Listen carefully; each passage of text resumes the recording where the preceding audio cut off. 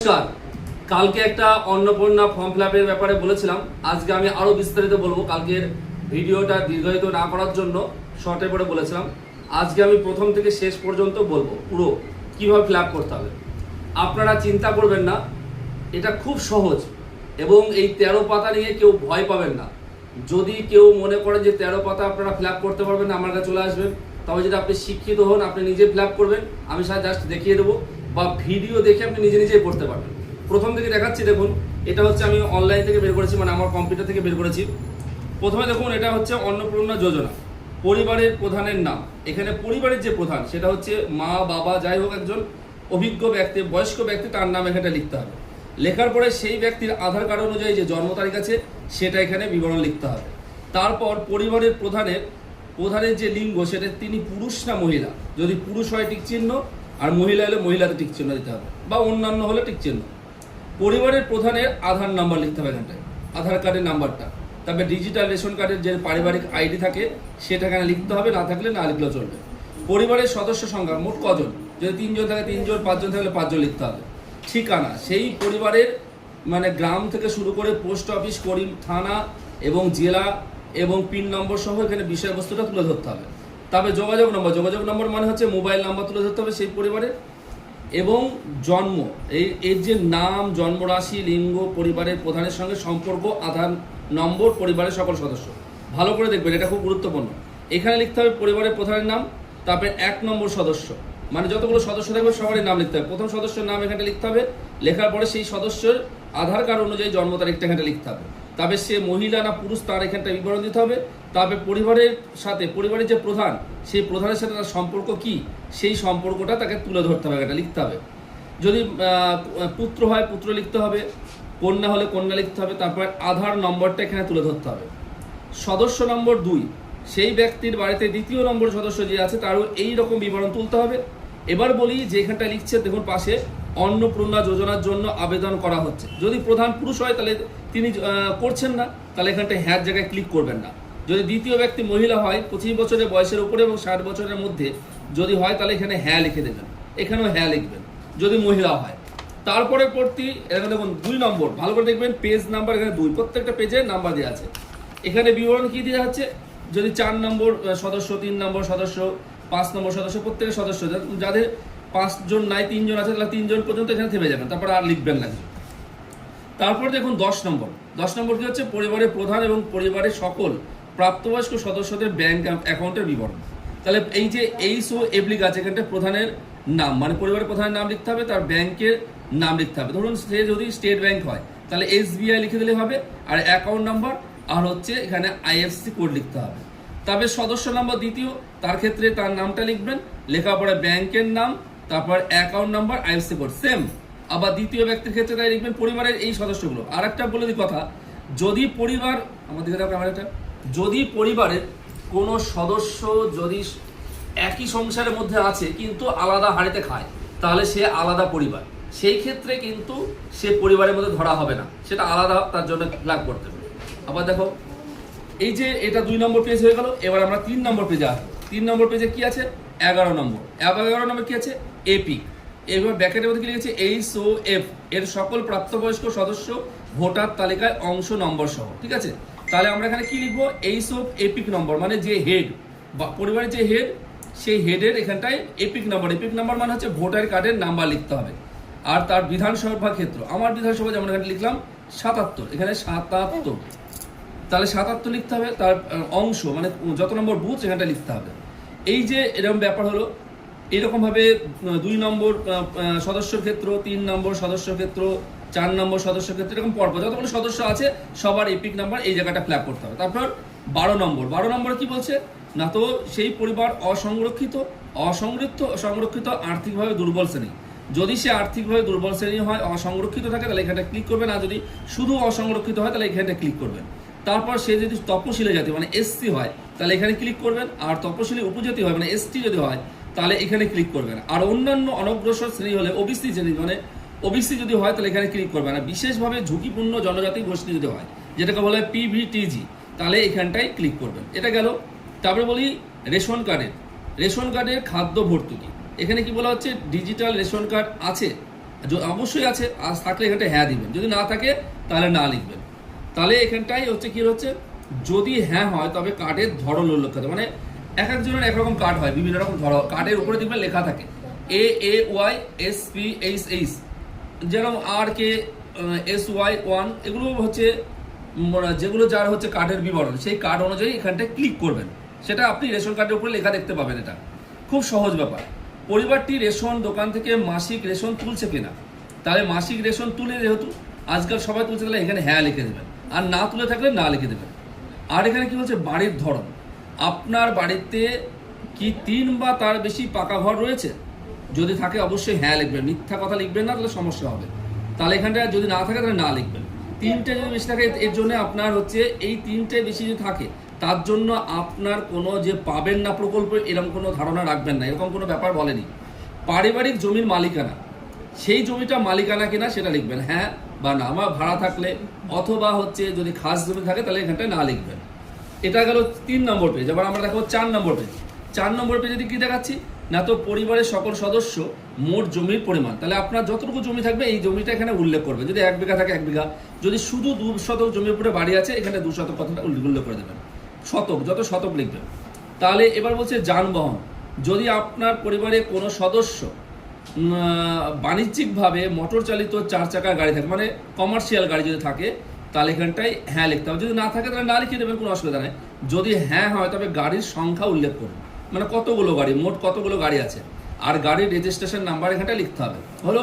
তারপর পারিবারিক ভিত্তিক সদস্যদের স্বাস্থ্য বিমা, স্বাস্থ্য বিমা না না হ্যাঁ, নিশ্চয়ই বিমা আছে, কারণ না থাকলে অন্তত স্বাস্থ্যসাথী কার্ড আছে, তাহলে এইখানটায় হ্যাঁ লিখে দেবেন সবাই। তাহলে এইখানটায় হ্যাঁ লিখে দেওয়ার পরে এখানেই হচ্ছে প্রধান, প্রথমে প্রধানের কথা লিখবো। প্রধান মানে কি, পরিবারের যে হেড, যার নাম লিখলাম, তিনি সরকারি প্রকল্প মানে স্বাস্থ্যসাথী পায়, যদি পায় এখানে ক্লিক করে দেবেন। সাথে সাথে সে যদি LIC করা থাকে বা অন্য কোনো বেসরকারি থাকে তাহলে এখানে ক্লিক করে দেবেন, না থাকে তাহলে এটা ক্লিক করতে হবে না। এবার বলছি বিমার অঙ্ক। বিমার অঙ্ক কত এখানে, যদি LIC করা থাকে কারোর মাসে 3,000 টাকা, তাহলে এখানে 36,000 টাকা লিখতে হবে। এটা মিথ্যে কথা লিখবেন না, এটা সঠিক লিখবেন, এর জন্য আপনার হচ্ছে পরিষেবা পেতে অসুবিধা হবে না। এখানে প্রিমিয়ামের বিবরণ, মানে এখানে প্রথমে লিখবেন স্বাস্থ্যসাথী কার্ড, যদি বেসরকারি থাকে তাহলে LIC লিখে দিলেন, যা একটা লিখলেন। এরকম 2 নম্বর, 1 নম্বর সদস্য লিখবেন, 2 নম্বর লিখবেন, 3 নম্বর লিখবেন, ওদের একই রকম ভাবে সেম লিখতে লাগবেন। তারপর কোন সদস্য কি আয়কর পেশাগত কর প্রদান করে, যদি না করে তাহলে এখানে না লিখে দেবেন। ধরুন কেউ হচ্ছে 12 লাখ টাকার উপরে ইনকাম করছে, তবে সেই ক্ষেত্রে সে আয়করের ট্যাক্স দিয়ে থাকে, তাহলে সেক্ষেত্রে হ্যাঁ লিখতে হবে। পরিবারের সদস্যদের প্যান কার্ড, এখানে প্যান কার্ড যদি থাকে তাহলে লিখতে হবে, নাহলে না লিখতে হবে। প্রথমে লিখতে হবে আমাদের হেড, হেডের যদি প্যান কার্ড থাকে তাহলে হেডের নাম লিখলেন, লেখার পরে এখানে প্যান কার্ডের নাম্বারটা লিখে দেবেন, যদি না থাকে না লিখলেন, কোনো অসুবিধা নেই। আর তারপরে 2 নম্বর সদস্যর ক্ষেত্রে নাম লিখবেন, লেখার পরে প্যান কার্ড লিখে দেবেন। 3 নম্বর সদস্যর ক্ষেত্রে তাই একই সেম ভাবে লিখবেন, যদি না থাকে না লিখবেন, কোনো অসুবিধা নাই, এ নিয়ে ভয় পাওয়ার কিছু নেই। তারপরে দেখুন কর্মসংস্থান, এটা 4 নম্বর সদস্য, এখানে লিখতে হবে না যদি না থাকে। কর্মসংস্থানের ধরন, কর্মসংস্থান কি, আপনি যদি সরকারি ক্ষেত্রে মানে সরকারি চাকরি করে থাকেন তাহলে এখানে ক্লিক করবেন, যদি না করে থাকেন করবেন না। যদি আপনি কোম্পানি চাকরি করেন মানে বেসরকারি ক্ষেত্রে বেতনভুক্ত কর্মচারী হন, তাহলে এখানে ক্লিক করবেন। যদি সংগঠিত ক্ষেত্রে স্বনির্ভরযোগ্য মানে নিজের ইনকামে ব্যবসা করছেন, নিজে উপার্জিত বিজনেস করছেন, তাহলে সেক্ষেত্রে এখানে লিখবেন। আর আংশিক সময় কর্মরত মানে কোনো সময় কাজ পান, কোনো সময় কাজ পান না, তাহলে এখানে ক্লিক করবেন। অসংগঠিত ক্ষেত্রে স্বনিযুক্ত কারিগরি শিল্পী মানে কোনো কিছু শিল্প দিয়ে কাজ করছেন, তাহলে এখানটা ক্লিক করবেন। পরিযায়ী মানে বিদেশে কাজ করছেন বা বাইরে কাজ করছেন, তাহলে এখানটা ক্লিক করবেন। আর যদি কোনো কিছু না করেন বেকার বা অন্যান্য জায়গায় লিখবেন। এবার এই যে সেম এটা প্রধানের হলো, সেম হচ্ছে 1 নম্বর সদস্য, 2 নম্বর সদস্য, 3 নম্বর, বাকি সদস্যদের এই একইভাবে বিবরণ করতে হবে। এই ফেলাটা গেল। তারপরে 6 নম্বর কাগজ, 6 নম্বর কাগজে প্রথম দিকে তাই 4 নম্বর সদস্য, 5 নম্বর সদস্য, বাকিটা যদি থাকে, এতগুলো সদস্য যদি পরিবার থাকে তাহলে এগুলো লিখতে হবে না, লেখার প্রয়োজন নেই। তারপরে 4 নম্বর আমরা কি দেখছি, পরিবারের শিক্ষিত প্রাপ্তবয়স্ক সদস্যদের সংখ্যা। পরিবারে অশিক্ষিত প্রাপ্তবয়স্ক সদস্য সংখ্যা যদি হয়, মানে এখানে কি শিক্ষিত প্রাপ্তবয়স্ক সদস্য মানে 18 বছরের বয়সে বাড়িতে সদস্য আছে কিন্তু তারা শিক্ষিত, তাহলে যদি 2 জন থাকে 2 জন লিখবেন, 3 জন থাকলে 3 জন লিখবেন। আর অশিক্ষিত যদি প্রাপ্তবয়স্ক সদস্য থাকে তাহলে সেই সংখ্যাটাও সেটা লিখবেন, যদি 1 জন থাকে 1 জন লিখবেন। এবার পরিবারের প্রধান মানে যে পরিবারের হেড তার নামটা এখানে লিখলেন, দিয়ে লিখবেন সে শিক্ষিত কিনা, যদি সে শিক্ষিত হয় তাহলে ক্লিক করবেন, যদি সে অশিক্ষিত হয় তাও ক্লিক করবেন, এখানে কোনো সমস্যা নাই। এবার যে তারপর পরিবারের প্রধান বাদে বাকি সদস্যদের ক্ষেত্রে একই সেম লিখবেন, শিক্ষিত অশিক্ষিত বিবরণ যে যেরকম ভাবে লিখলেন। এটা হয়ে গেল 6 নম্বর। তারপরে দেখো 7 নম্বর, এটা সেই 4 নম্বর সদস্য, 5 নম্বর সদস্য, এটা যদি থাকে লিখবেন, নাহলে না লিখবেন। কোনো সদস্য কি কোনো সাংবিধানিক পদ, মন্ত্রী, সাংসদ, বিধায়ক, পৌরস্থানীয় সংস্থা, পঞ্চায়েত প্রধান সংস্থা, প্রাক্তন প্রধান বা প্রাক্তন সদস্য এইসব কিছু আছে? যদি থাকে তাহলে হ্যাঁ লিখবেন, যদি না থাকে তাহলে না লিখবেন। আর যিনি এই পদে রয়েছেন তার সদস্য নম্বর লিখতে হবে যদি থাকে। তারপর এর জন্য কোনো আপনার হচ্ছে কাটবে না যদি এটা থাকে, কোনো ভয় পাবেন না। কোনো সদস্য কি সরকারি পেনশনভুক্ত?